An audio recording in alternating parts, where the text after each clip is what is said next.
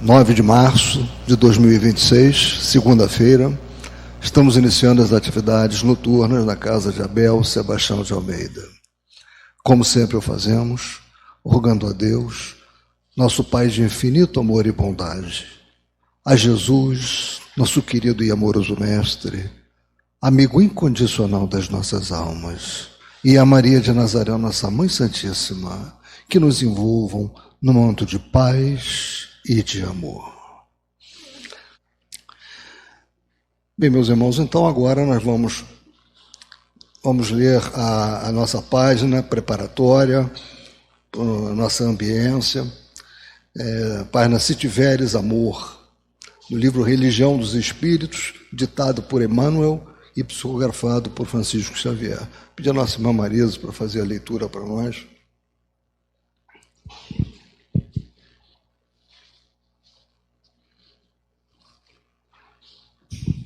Boa noite. Se tiveres amor. Se tiveres amor, caminharás no mundo como alguém que transformou o próprio coração em chama divina a dissipar as trevas. Encontrarás nos caluniadores almas invigilantes que a peçonha do mal entenebreceu e revelarás toda ofensa com que te martirizem as horas.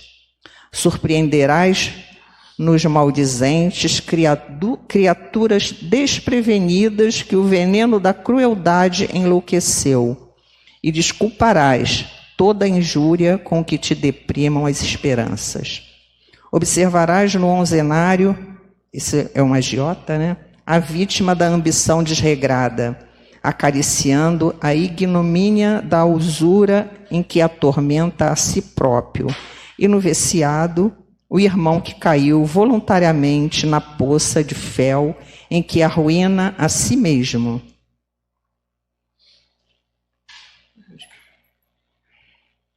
Reconhecerás a ignorância em toda manifestação contrária à justiça e descobrirás a miséria por fruto dessa mesma ignorância em toda parte onde sofrimento plasma o cárcere da delinquência, o deserto do desespero, o inferno da revolta ou o pântano da preguiça.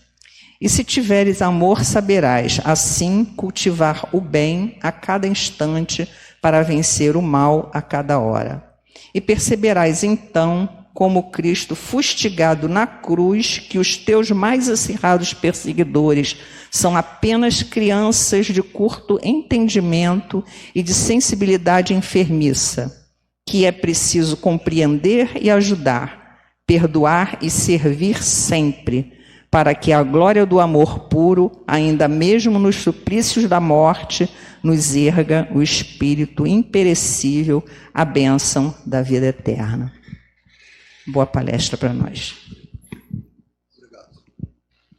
Bem, meus irmãos, após a leitura desta página tão bonita, tão cheia de ensinamentos e pontos de atenção, nós vamos prestar atenção ao nosso irmão Paulo Neto, que ele é da casa espiritismo.net, já é um irmão conhecido aqui da nossa casa, que nós recebemos com muito carinho esse irmão. Ele vai nos falar sobre o capítulo 12, itens 1 a 4, não retribuir o mal com o mal, e sim retribuir o mal com o bem. Que ele seja muito inspirado nesta noite.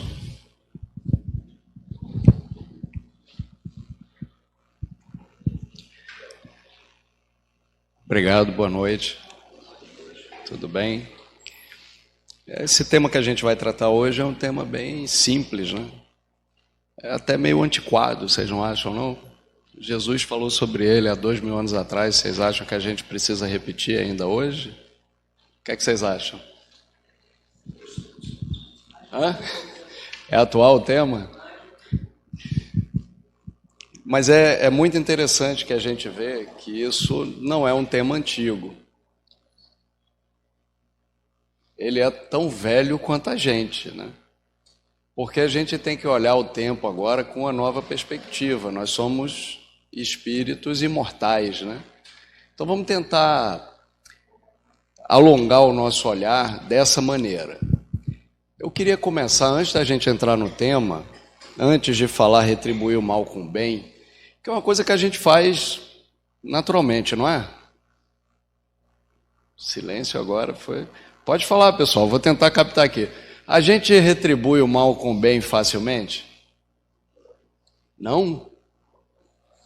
Que é isso, gente? Tem certeza? Aquela fechada no trânsito, como é que a gente fica? Eu não posso falar em trânsito porque eu me transformo, né?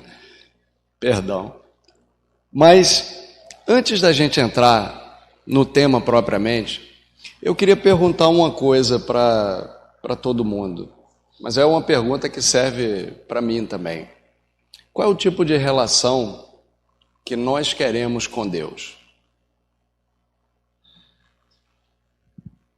Silêncio, né? Essa pergunta é profunda. Qual é o tipo de relação que a gente quer com Deus? Quando a gente fala, pergunta no Livro dos Espíritos, Kardec faz a pergunta o que é Deus, ele fala, né? O que é que ele diz? Como é que é, gente? É o Supremo de todas as coisas, a inteligência suprema do universo. Ajudou? Entendemos o que é Deus? Ele é a causa de tudo. Tudo que existe, existe porque ele pensa nessas coisas. Mas em explicar Deus assim, resolve a nossa dificuldade de entender quem é Deus? Ou o que é Deus? Não, né? É difícil, porque, segundo os Espíritos, falta para a gente um sentido especial, um sentido que as nossas imperfeições ainda não permitem que a gente alcance, para a gente entender exatamente o que é Deus. Mas a gente sabe que durante nossas várias encarnações, nós mudamos, mas Deus continua o mesmo, correto? Uma das propriedades de Deus é que ele é imutável. Ele não muda. Então, o que muda ao longo desse tempo, desde lá de trás até agora e até o momento que eu me transforme no espírito puro, e todos nós vamos chegar lá, né? A gente vai chegar lá, isso é uma fatalidade.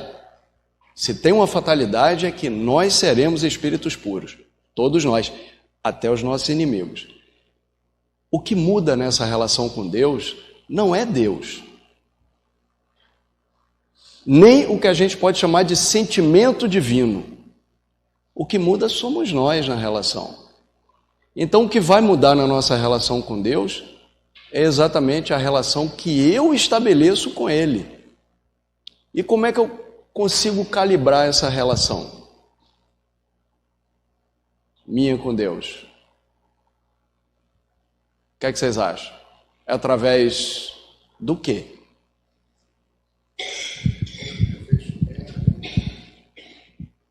Do autoaperfeiçoamento, mas caridade, amor, mas tá faltando uma coisa aí. O que é que calibra a minha relação com Deus?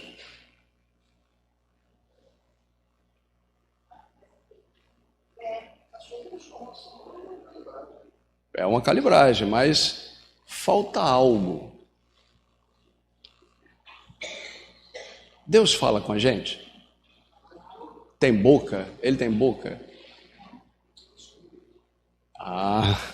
Falar é diferente. Mas como é que ele atua na nossa vida? É através de um agente, né? Geralmente. Lembra quando está lá no Gênesis da Bíblia, que diz assim: e Deus disse, faça-se a luz, e a luz se fez. E ele disse que as águas se separem, e ele disse, ele sempre diz alguma coisa. Esse dizer, já que Deus não tem boca, é o quê? É um agente, né? Na nossa vida ele interage com a gente como? Através da outra gente, né? Então, eu consigo calibrar minha relação com Deus a partir da minha relação com o próximo.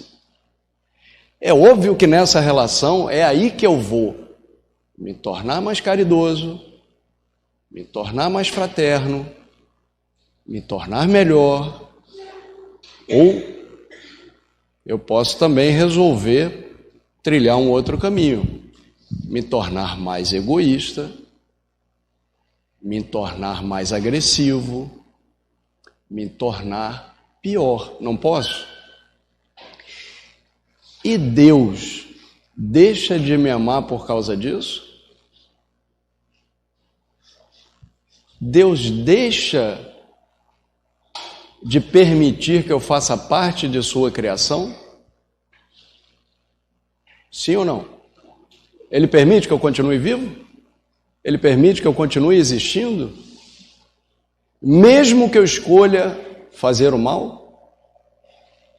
E fazer o bem ou o mal é uma questão, entre outras coisas, de escolha. Depois a gente entra em outras questões que têm a ver com quão primitivo eu sou, quão egoísta eu sou, quão benevolente eu sou, quão indulgente eu sou, quão evoluído eu sou. Dentro da categoria que a gente está de espíritos imperfeitos, o que é que a gente vai encontrar no nosso planeta, o planeta que a gente habita? São espíritos imperfeitos. Perdão. Então, eu queria dar esse choque assim, para a gente começar a pensar qual é a relação que eu quero com Deus. E o que calibra essa relação com Deus é a minha relação com o próximo e com o mundo que me cerca. Eu consigo... A gente consegue entender que, como estamos num planeta ainda de provas e expiações, provavelmente é o único no nosso sistema solar com provas e expiações, né? Vocês não acham? Tem outro planeta em que tem a gente encarnada como a gente, no nosso nível de frequência? Sim ou não? O planeta que a gente sabe, eu não sei se tem outro, mas que a gente sabe que está o mais próximo da gente, que talvez já tenha evoluído um pouquinho, já esteja numa faixa um pouco maior, mas que guardava semelhança vibratória com a gente, que estava no momento de provas e expiações, era um planeta chamado Capela. 42 anos-luz daqui, mais ou menos. Não é isso? Quem já ouviu falar da história dos exilados de Capela? Várias pessoas já ouviram, né? Nem todo mundo, mas várias pessoas. Então, nós somos seres imperfeitos que estamos num planeta que está evoluindo. A minha relação com Deus, ela vai mudar dependendo da maneira como eu vou me relacionar com o próximo. Nesse relacionamento eu posso me tornar melhor ou pior. É uma questão de escolha. E aí Jesus começa assim. O primeiro trecho que ele fala é o seguinte: aprendestes o que foi dito, né? Amareis o vosso próximo e odiareis os vossos inimigos. E aí? O que é que vocês acham desse ensinamento? Porque para ele ter dito isso, naquela época, ele está corrigindo o ensinamento. É porque era assim que se pensava. E hoje em dia, ainda é assim que a gente pensa? Não precisa falar a verdade, tá? Mas, pessoal, quando a gente convive num mundo de seres imperfeitos assim como nós, em que a gente já começa a despertar de um sono, buscando nos melhorar, e a gente olha e começa a despertar para as injustiças que acontecem no planeta, vendo a corrupção triunfar, vendo o ódio, a guerra, a violência, vendo as pessoas, ao invés de trabalharem juntas, uma trabalhando contra a outra, e aí eu vou parar um pouco de chamar o outro de inimigo, muitas vezes a gente trata como adversário, né? E quando a gente vê pessoas que a gente identifica a personificação de uma pessoa má, egoísta, que abusa do poder, que abusa da injustiça, o que é que a gente faz? A primeira coisa que a gente pensa é aquele pensamento, aquela irradiação de amor, né, que a gente lança, de fraternidade. Oh, esse irmão, Não é? O que é que vocês acham? Por isso que Jesus começa assim. Esse trecho faz parte do sermão da montanha, ou sermão do monte, que começa com as bem-aventuranças. E depois das bem-aventuranças, Jesus começa uma série de prescrições para aqueles que queriam segui-lo. É nesse sermão, ou nesse discurso, que ele apresenta para o povo a plataforma do seu trabalho. Então, para você aderir à minha plataforma, primeiro você precisa fazer o seguinte: em vez de amar o próximo e odiar o inimigo, você vai amar o próximo e também vai odiar o inimigo. Porque o inimigo não é nada mais do que um adversário que não te compreende. É alguém para o qual falta alguma coisa que você talvez ainda não tenha conquistado plenamente, mas está no caminho de conquistar. Então, quando a gente começa a despertar, a gente não pode mais olhar para o outro e achar que ele é um inimigo, e que se ele é um inimigo, se ele está fazendo alguma coisa de errado, Deus deveria tirá-lo do planeta. Vocês não acham isso? Mas é fácil fazer isso? Nós estamos há 2000 anos com essa plataforma na mão e a gente ainda continua, eventualmente, dando uma tropeçada. Mas o bom, quando a gente tropeça, é que a gente sabe que a gente está andando. Vocês concordam? Então a gente também precisa se perdoar muitas vezes em determinadas dificuldades que a gente tem. Mas a gente precisa começar a calibrar esse nosso relacionamento com Deus. Porque talvez se a gente estivesse na mesma posição daquele que nós consideramos alguém que não deveria existir mais na face do planeta, talvez a gente fizesse as coisas iguais ou pior. Será que se a nós nos fosse dado determinados poderes, a gente não agiria da mesma forma? Ou determinadas possibilidades, a gente não faria uma coisa parecida? Então é essa preocupação que a gente precisa ter.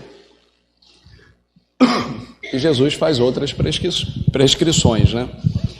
Mas a gente já falou do relacionamento que a gente gostaria de ter com Deus e que talvez a melhor forma de calibrar esse relacionamento é no relacionamento que a gente tem com o nosso próximo. Não é isso? Porque no nosso relacionamento com Deus, quem muda somos nós, não Deus. O relacionamento dele para conosco é sempre o mesmo. E o sol nasce todo dia, é o que está no texto. Inclusive, se alguém não gostou, tem que reclamar com Jesus. Ele fala assim que o sol nasce todo dia sobre os justos e os injustos. E a chuva cai sobre os bons e os maus. E Deus distribui a sua misericórdia para todo mundo, porque não tem num planeta de provas e expiações, composto por seres imperfeitos como nós somos, não existe ninguém que não precise de misericórdia. Se a gente olhar para trás e examinar nossas vidas, quem a gente era, quais os erros que a gente cometeu,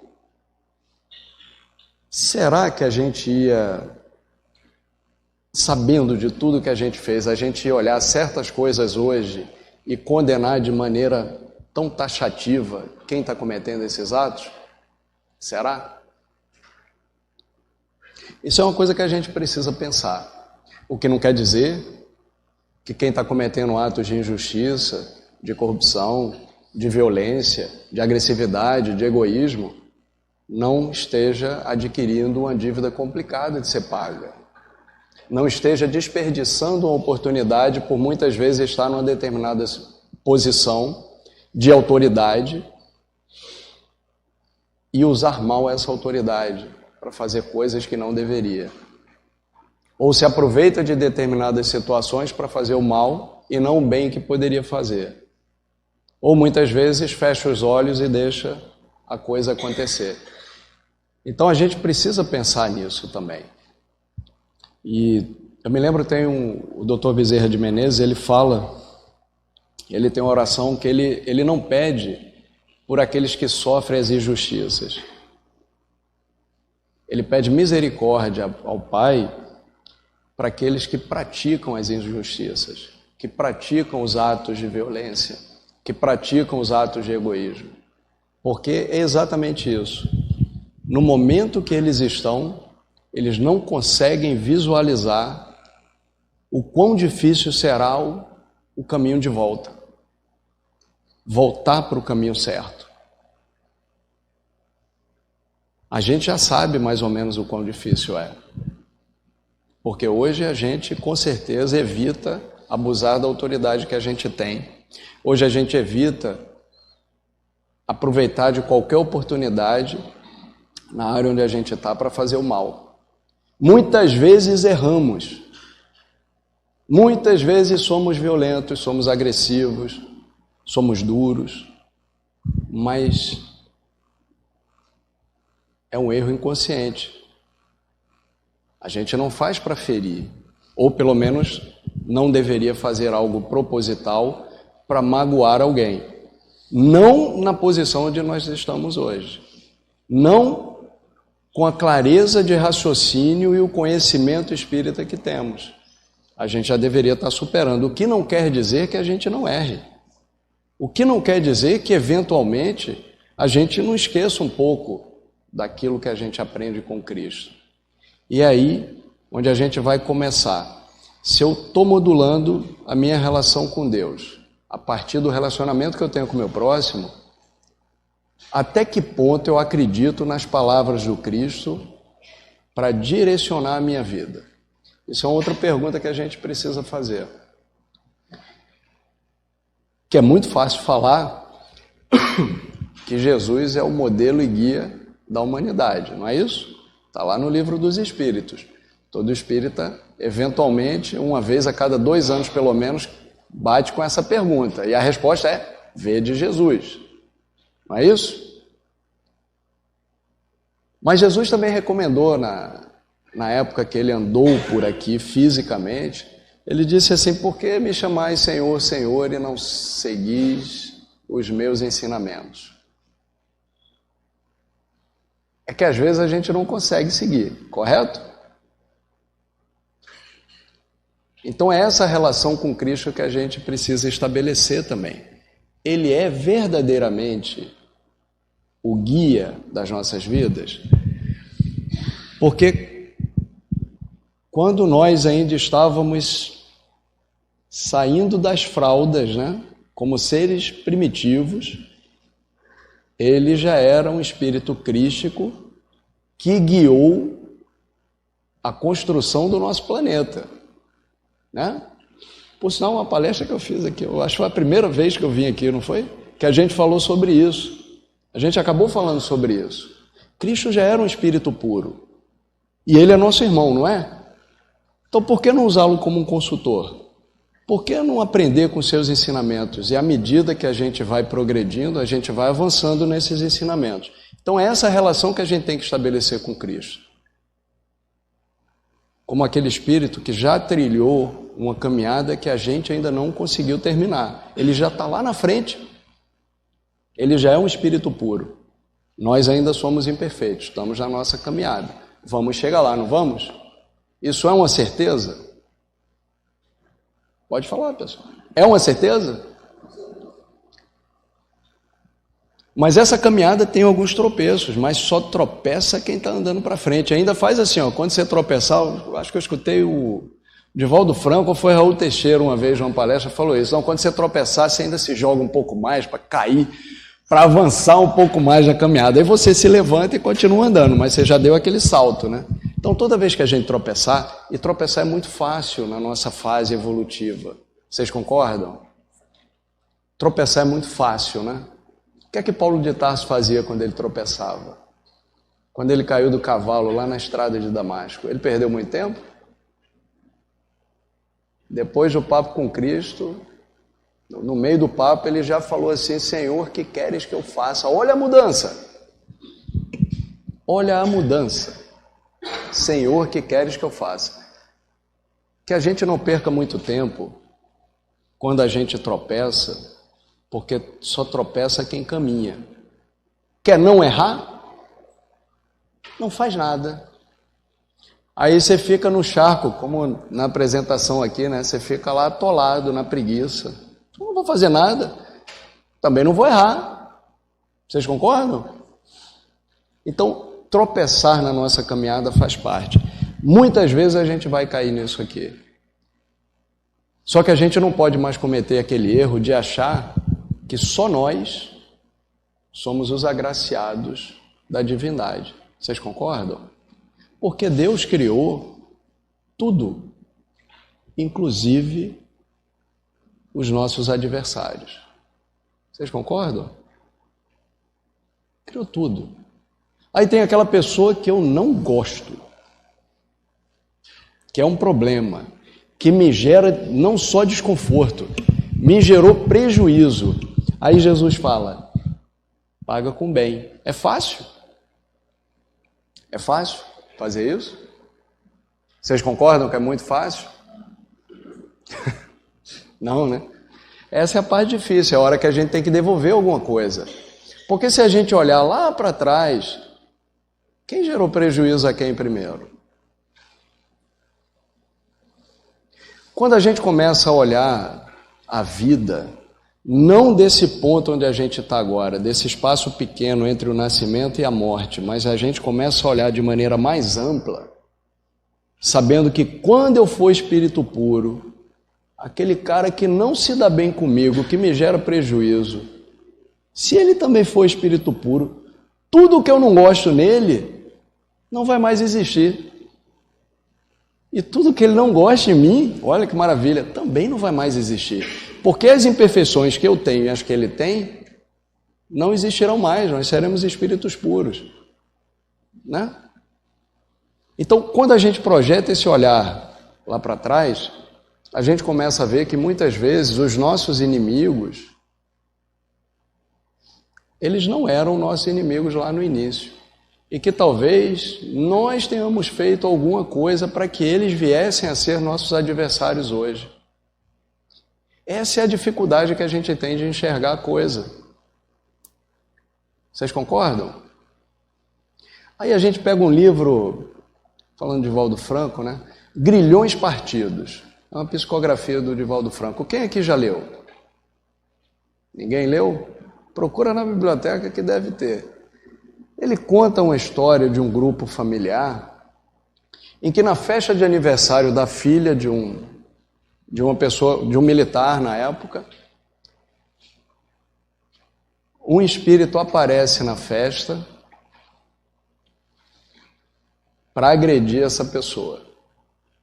E a gente fica assim, mas por quê, né? E ele percebe que ele tem uma interação fluídica com a filha desse homem. E ele gera um descontrole tal nessa moça que ela acaba sendo internada numa clínica psiquiátrica. E o trabalho vai se desenrolando até a gente entender como era o negócio, o que é que provocou isso. Até então, ele era um soldado que foi mandado para a guerra e o general, que era o pai da moça, prometeu que ia cuidar da família dele. Quando ele volta, a mãe está numa situação paupérrima e a irmã está trabalhando numa casa de prostituição. Ele se revolta com isso e vai cobrar do general. Vocês fariam o que no lugar dele? Eu faria o que no lugar dele? Eu iria lá vibrar amor e fraternidade?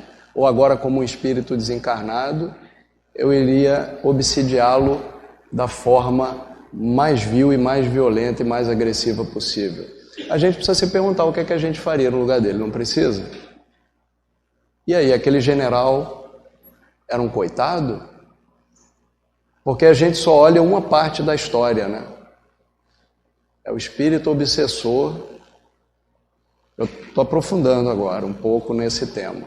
Porque a gente só olha o adversário, o inimigo, como uma pessoa que não tem direito nenhum de fazer aquilo. É, por sinal, uma covardia absurda ele estar ali fazendo aquela cobrança. Vocês não acham? Vocês não acham? A gente para pensar, a gente só vê uma parte da história, a gente toma logo um partido, né? Ah, coitado do senhor, coitado da menina. Aí quando a gente começa a ler o livro, ele vai se desenrolando, todo um trabalho de uma equipe espiritual é feita para ir resolvendo aquela situação, que não foi resolvida de maneira rápida, levou um tempo. E ao final, todo mundo se senta numa mesa, se reúne, o general, mesmo que de maneira tardia, entende a responsabilidade que ele tinha e vai cumprir com a palavra. O espírito obsessor entende que ele também estava passando por determinadas situações e a família dele, porque lá atrás, todos eles, de uma maneira não muito amorosa, passaram por um problema muito sério juntos. Entendem? E no final das contas, quando todos se reúnem, os que estavam encarnados desdobrados e os que estavam na espiritualidade numa mesa para conversar, eles percebem que eles não tinham que perdoar um ao outro. Não existia a palavra perdão mais entre eles. Não era necessário. Por que vocês acham que não era necessário eles se perdoarem? Porque eles viam algumas encarnações e erraticidade, um grupo, eles só mudavam de lugar. Um atacava o outro. E eles tinham uma grande dificuldade de se entender. Então sempre estava assim, um atacando o outro, os que estavam na erraticidade, né? Sem estarem encarnados, obsidiavam. E os que estavam encarnados, um fazia mal ao outro encarnado. E isso era a roda. Era esse ciclo que eles tinham que quebrar. Então eles entenderam naquele dia, quando se reuniu todo o grupo, os que estavam na erraticidade, os que estavam encarnados, que não cabia perdão entre eles, não cabia nem olhar... Não, eu te perdoo, ou me perdoa, porque eles tinham que entender que, na verdade, eles eram tanto vítimas quanto agressores o tempo todo. E aí se estabeleceu a plataforma para que aquele grupo conseguisse evoluir. Porque a partir daquele momento agora eles estavam entendidos. Não quer dizer que daqui por diante eles ainda não tropeçassem. Mas quer dizer que um entendimento entre aquele grupo de espíritos, pelo menos aquele grupo de espíritos, havia sido estabelecido. Em que eles não mais se atacariam mutuamente. Por quê? Porque agora eles entendiam que em momentos diversos da sua trajetória espiritual, um foi vítima e o outro foi algoz. E depois o algoz se tornava vítima e a vítima se tornava algoz. E esse ciclo tinha que ser quebrado em algum momento. É mais ou menos isso que a gente tem que entender com as palavras do Cristo, quando ele fala, paga o mal com o bem. Porque em algum momento a gente tem que quebrar esse ciclo. Em algum momento a gente tem que parar a nossa própria agressividade, o nosso próprio, eu vou falar assim, ímpeto de justiça, que não é a justiça divina, e começarmos uma nova sequência de caminhada. Mas é fácil para a gente fazer isso quando a gente olha a vida só entre o momento do nascimento e o momento da morte, encontrando com todos aqueles que a gente nem sabe direito quem são, que entram na nossa vida muitas vezes atropelando os nossos sonhos, o nosso planejamento, as nossas perspectivas. É fácil entender isso? E é aí onde entra a segunda parte, que Jesus fala claramente. Aqui não tem uma figura de linguagem, embora o Sermão do Monte ele seja extremamente simbólico. Jesus fala por parábolas, ele conta histórias, por isso que a gente vai acrescentando histórias no nosso caminho. Mas ele é muito taxativo quando ele fala, ama os vossos inimigos. É fácil fazer isso? Aí a pessoa me prejudicou, me gerou um prejuízo. Agora vamos deixar no prejuízo, sem dizer se foi um prejuízo financeiro, se foi um prejuízo no trabalho, na carreira, na vida emocional, mas me gerou um prejuízo. Ou gerou um prejuízo a alguém que eu amo. As mães sabem bem disso, né? Ah, aquela minha nora. É ou não é? Então, me gerou um prejuízo. Como é que eu vou fazer com essa pessoa? Eu vou continuar, minha amiga, na afetividade, dar a essa pessoa a mesma importância que eu dou a uma pessoa que nunca me gerou prejuízo, que sempre esteve ao meu lado, que me ajudou, o qual o nosso vínculo, né, fluídico de pensamento é maior, a gente se sente bem um do lado do outro. Eu consigo me sentir tão bem com uma pessoa que sabidamente é um adversário, que se tiver oportunidade vai me gerar algum outro prejuízo. Eu vou conseguir me sentir tão bem quanto uma pessoa que está comigo para toda obra, que está do meu lado, me dá apoio, trabalha junto comigo, sua, chora, sofre. Se eu passo com algum problema na minha vida, essa pessoa é a primeira que me manda um zap. E aí, como é que você está? Estava pensando ontem em você, e você está naquele dia que você está péssimo, tudo deu errado. Aí a pessoa te manda um zap. E aí, como é que está? Faz tanto tempo que a gente não se fala, estava com saudade de você. Você sente a mesma coisa quando é uma pessoa que te gerou algum prejuízo? É fácil isso? Não é fácil. Eu gosto assim, a gente é muito honesto com essas coisas. Aí você está naquele dia que tudo deu errado, aí aquela pessoa que te provocou um dano, consciente ou inconsciente, hein? Provocou um dano que você sabe que é uma pessoa assim, essa é ruim, né? A gente fala assim, essa é ruim. Aí ela te manda aquela mensagem no final da noite, naquele dia que tudo deu errado. E aí, fulano, tudo bem? Como é que tá? Como é que foi sua semana? Você vai se sentir da mesma forma que aquele amigo seu que está lá, pau para toda obra? Como é que você vai se sentir? Fala, ih, rapaz, isso aqui, quer que está me pedindo? Quer que vai querer, né? Quer que vai querer? Então, o que é amar os inimigos nesse sentido? Porque eu continuo estabelecendo uma relação com a pessoa, mesmo que seja uma relação antiga, de uma vida passada, ou pode não ser, pode ser dessa aqui mesmo. Mas me gerou um conflito, me gerou um problema. Que tipo de relacionamento eu vou ter com essa pessoa? Eu sou uma pessoa que perdoa fácil? Ou eu sou uma pessoa que guarda mágoa? Eu sou uma pessoa mais contida ou eu sou uma pessoa mais explosiva? Ah, se deu algum problema, eu explodo logo. Já digo logo poucas e boas, mas depois, isso fica no coração ou isso sai? Porque tem gente que é assim, explode, mas depois, eu acho que eu errei, eu acho que eu exagerei, né? Eu vou procurar a pessoa, mas a pessoa está magoada, tá? Você já deu... É aquela história do prego na cerca, né? Você já colocou o prego na cerca, vai tirar o prego, mas fica a marca na madeira. Não é isso? Mas faz parte da nossa caminhada. Como é que eu vou amar essa pessoa que me gerou um dano? Eu vou conseguir esquecer? Eu vou ser rápido em perdoar? Eu vou ser rápido em pedir perdão? Isso depende.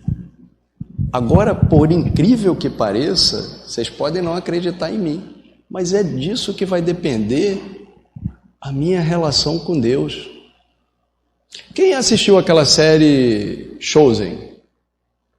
Que fala do Evangelho, Jesus selecionando os apóstolos e tal. Vocês lembram que tem um papo entre Tiago Maior e... É o André? Não. João. Tiago Maior e João.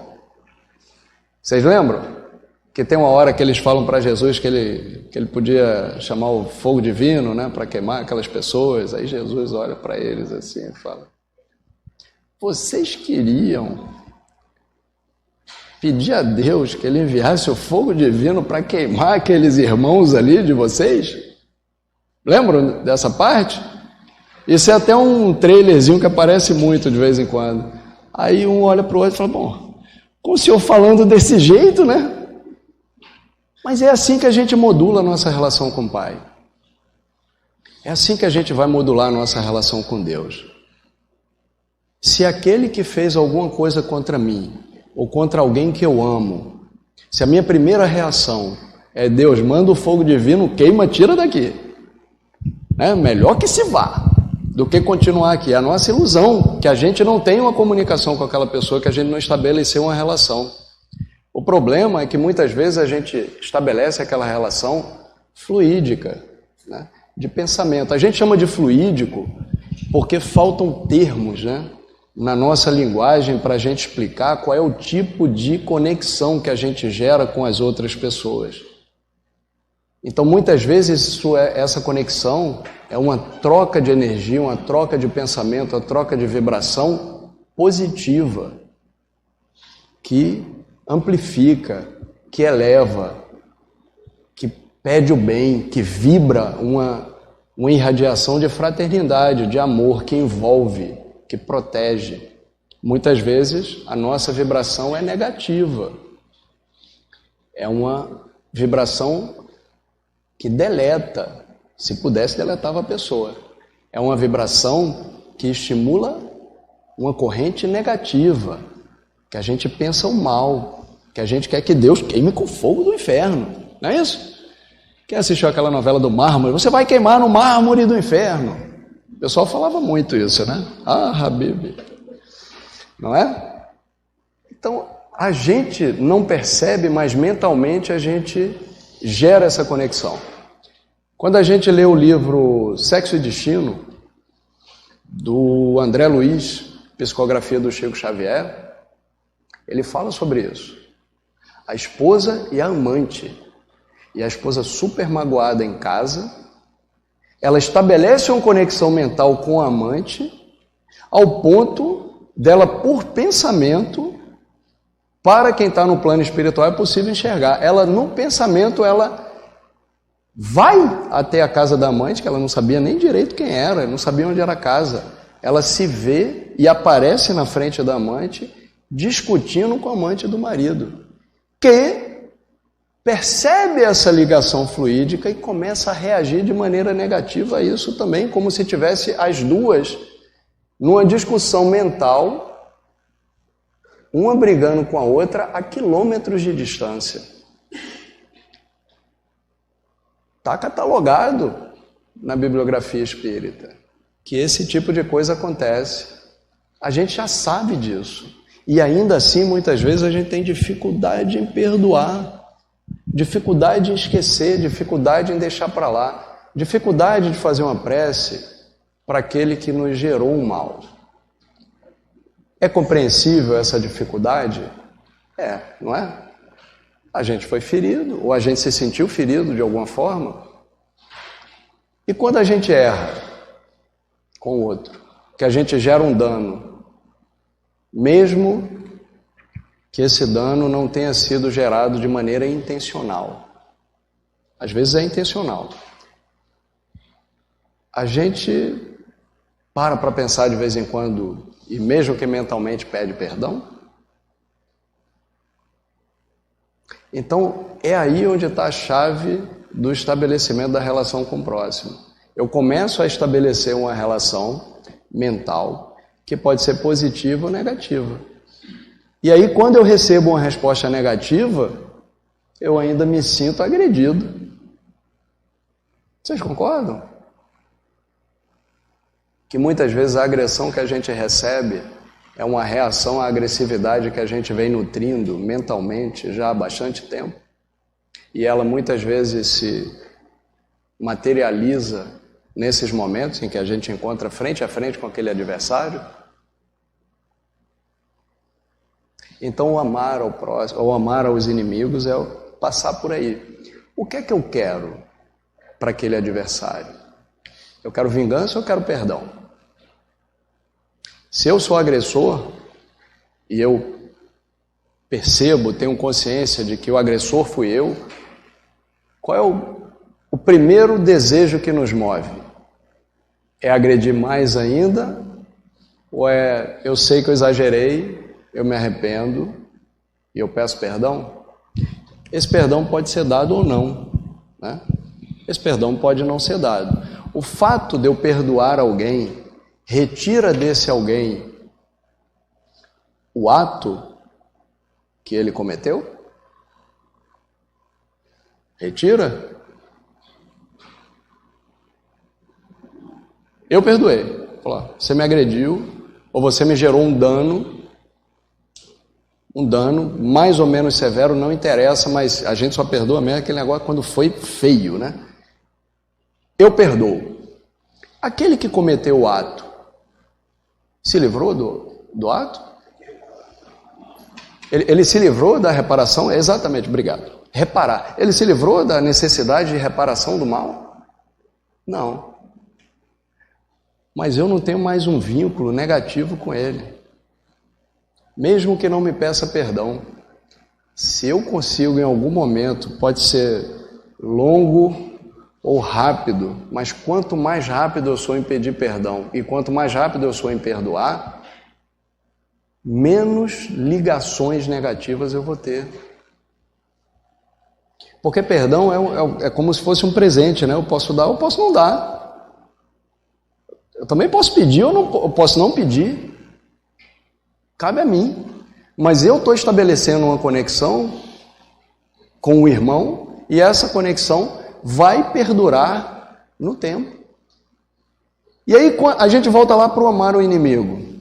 Aí a gente nasce junto, como irmão, mora na mesma casa, fica pelo menos uns 15 ou 20 anos ali juntinho, estuda na mesma escola, dorme no mesmo quarto. E aí, assim, para ser bem caloroso mesmo, a gente nasce numa família com muito poucas condições, em que a gente tem que dividir até o tênis.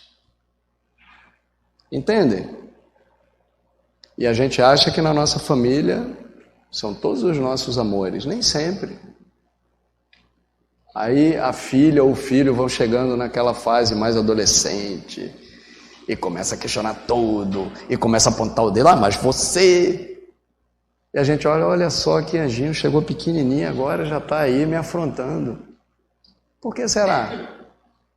Mas é a oportunidade que a gente tem de, a partir desse convívio familiar, a gente quebrar círculos, quebrar esses ciclos em que ora eu sou a vítima, ora eu sou o algoz, ora eu sou a vítima, ora eu sou o algoz. Agora a gente está junto. Para a gente quebrar esse ciclo, a gente precisa se entender muitas vezes. E aí o perdão, a amizade, o companheirismo, a fraternidade, são as ferramentas que a justiça divina usa. Então, se alguém me fez um mal, eu preciso me vingar? Aí a gente vai para aquele... Eu perdoo, pode deixar. Justiça divina resolve. É muito fácil, né? A gente fala assim, não, mas eu nunca quis me vingar. Deus se vinga por mim. Esse não foi um perdão perfeito, vocês concordam? Que a gente continua com aquela relação, falando, a gente não perdoa de coração, a gente não perdoou sem segunda intenção, gente. É ou não é? Ah, mas Deus está vendo. A turma mais nova, eu acho que não usa mais esse linguajar, né? Mas a gente que é 50 a mais, eu escutava muito isso. Ah, mas Deus está vendo. Minha avó então falava, Deus está vendo, hein? Quando a gente perdoa e quer estabelecer uma relação mais positiva, ou pelo menos uma relação neutra, né? Para que a gente, pelo menos, dê um tempo naquela caminhada até quebrar realmente esse ciclo, né? Essa roda girante de agressões e de reparações, e a gente seguir numa trajetória diferente, em que a gente pode pagar as nossas dívidas, né? Como a gente fala, pagar as nossas dívidas de maneira menos dolorosa, a gente começa assim, aí nasce na mesma família, aí vai andando junto, aí depois vem outra encarnação, aí depois outra, até que a gente se resolve. Esse grupo do Grilhões Partidos já estavam se encontrando há bastante tempo. Dramas da Obsessão é outro livro que traz uma história similar.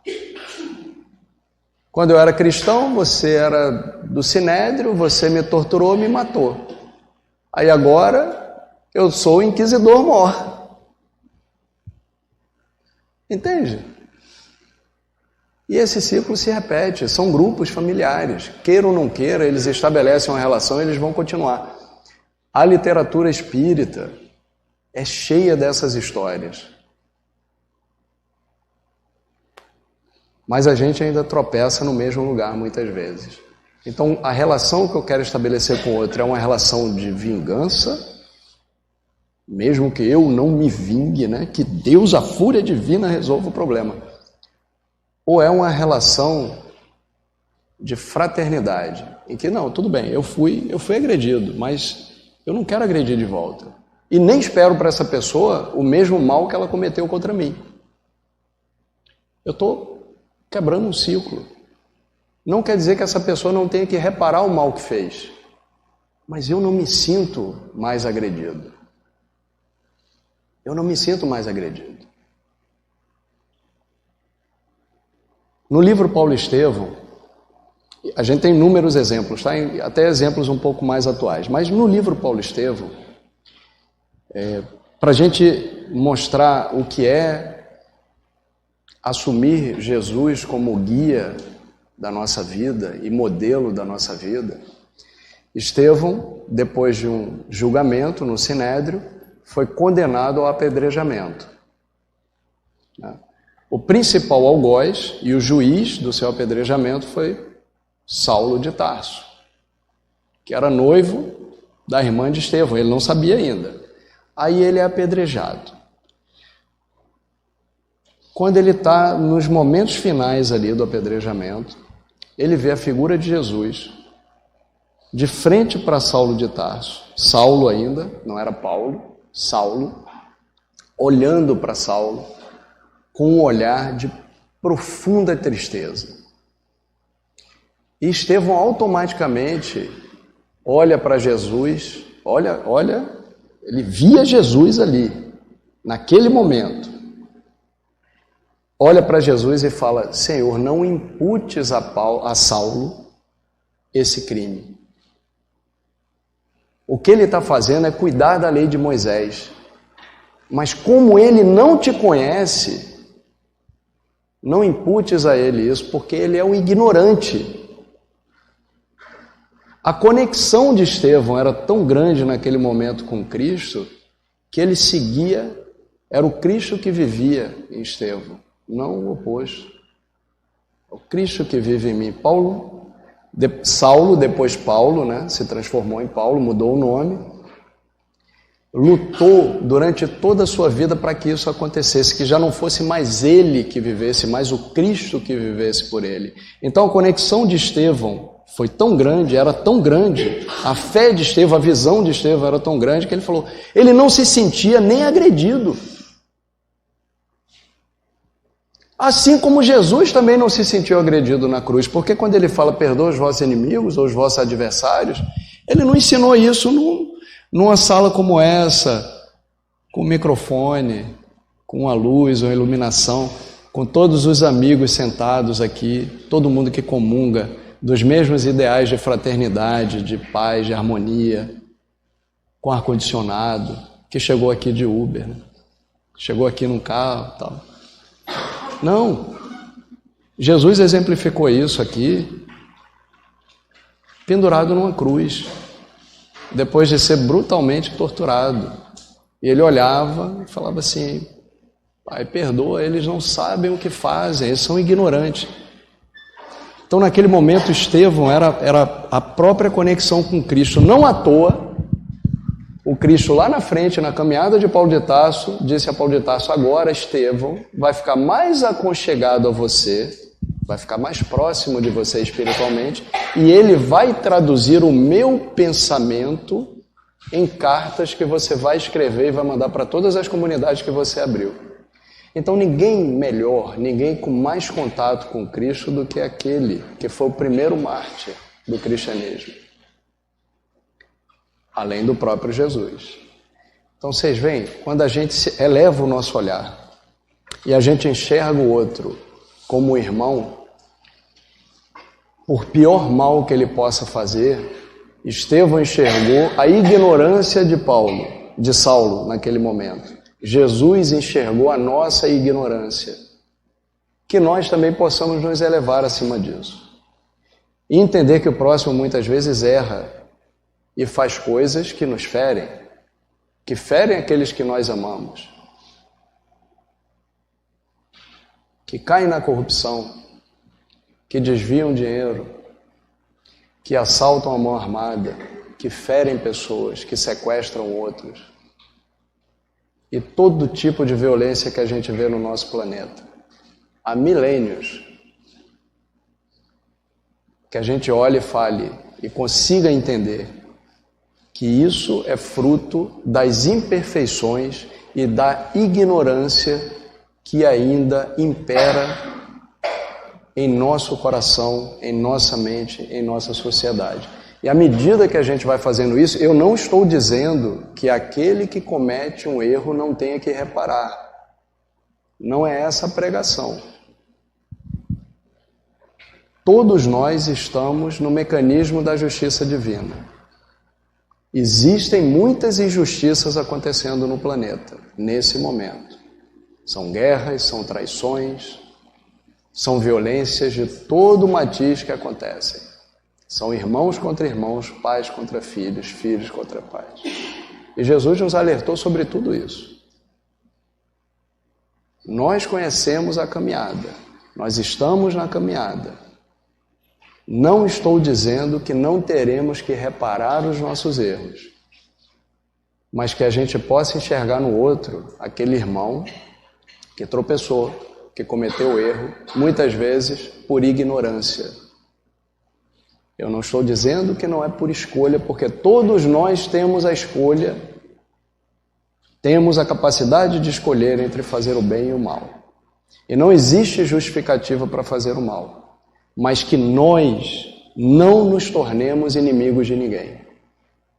Que busquemos não ter inimigos, porque não reconhecemos as agressões dos outros contra nós, e aí nos leva a um ponto em que nós não precisamos perdoar. Nós precisamos só compreender o momento evolutivo que cada um está. Mas que nós não nos tornemos os agressores, não nos tornemos os obsessores de ocasião, nem agora, nem quando estivermos fora do corpo físico. Porque a diferença para um obsessor e um não obsessor é apenas a maneira como a gente lida com as agressões que a gente recebe. E se eu modulo a minha relação com Deus a partir da minha relação com o próximo, eu vou continuar evoluindo apesar de todas as agressões que eu sofrer. E quando eu errar, qual é o primeiro passo que eu tenho que fazer? Buscar reparar esse erro. Porque no próprio Sermão do Monte, Jesus fala, na hora que você for fazer a oferenda, se o irmão que está caminhando ao teu lado tem algo contra você, deixa a oferenda num canto, te resolve com teu irmão e só depois faz a oferenda perfeita. Então que a gente aproveite todas as oportunidades para orar por aqueles que cometem os erros, orar para que sejamos perdoados pelos nossos erros. E mais ainda, orar para perdoarmos aqueles que cometeram erros contra nós. Essa é a chave da fraternidade. Se entendemos que Jesus é o nosso modelo e guia, não existe outra alternativa. Porque a gente, se está aderente a essa proposta, nós nunca vamos querer a vingança. Embora as nossas imperfeições muitas vezes clamem para que a gente busque a vingança, que a gente tenha a mesma clareza que Estevão teve naquele momento final, de olhar para o Cristo e falar, não imputes a Saulo esse erro, é porque ele não te conhece, eu te conheço. Então vamos buscar conhecer o Cristo, para que a gente não cometa o mesmo tipo de erro de nos tornarmos agressores contra alguém. Porque toda vez que a gente busca a vingança e não a justiça, a gente está caindo no mesmo erro. E não tem nada que diferencie um obsessor do outro. Ele é um agredido também. Em seu momento ele foi vítima, mas se ele buscar bem, ele também foi algoz. Então, se a gente não consegue quebrar esse ciclo, a gente vai sempre continuar caindo nos mesmos erros, tropeçando na mesma pedra, e estagnado no mesmo lugar. Então, quando a gente começar a errar, vamos fazer assim, vamos fazer um compromisso. Vamos errar diferente. A gente tem que buscar novos erros, vocês concordam? Acho que vocês não concordaram muito não, né? Mas pelo menos o erro de odiar o próximo por uma coisa que nós consideramos injustiça, que a gente busque não cometer, que a gente busque perdoar. Porque a coisa mais complicada para o espírito é aquele espírito que nunca conseguiu perdoar ninguém quando estava vivo. Aí ele também não consegue se perdoar os próprios erros quando ele está no plano espiritual. Porque sem esse invólucro material, a sensibilidade, a flora e a memória é muito mais potente. E a gente vê claramente vários momentos em que nós fomos agressores. E se eu não me acostumar a perdoar, se eu não me acostumar a aceitar a diferença, a aceitar os erros do outro, a aceitar as dificuldades que todo mundo tem, eu não consigo lidar com as minhas dificuldades, com os meus erros e com os meus atos de ignorância. Então, é importantíssimo que a gente consiga fazer isso. Isso é uma recomendação que a gente deveria escrever. Depois, né, daquela que Maria mandou para o Chico Xavier, isso também passa, que a gente escreva, isso também é perdoável. Isso também é perdoável. Por mais difícil que seja, isso também é perdoável. E as pessoas mudam, né? Elas evoluem ao longo do tempo. Nós também vamos chegar lá, evoluindo. Assim, aquele nosso inimigo, aquele nosso adversário também vai chegar. A única forma de fazer isso funcionar é com um pouco de fraternidade, um pouco de entendimento e fé. E fé. Sem fé para suportar, para nos dar uma direção, a gente não avança. Não adianta ter caridade, não adianta ter amor. A fé também é importante, é um tripé, né? Fé, amor, caridade. Esse tripé é que vai fazer a gente, essa trindade é que vai fazer a gente evoluir. Que Jesus nos abençoe.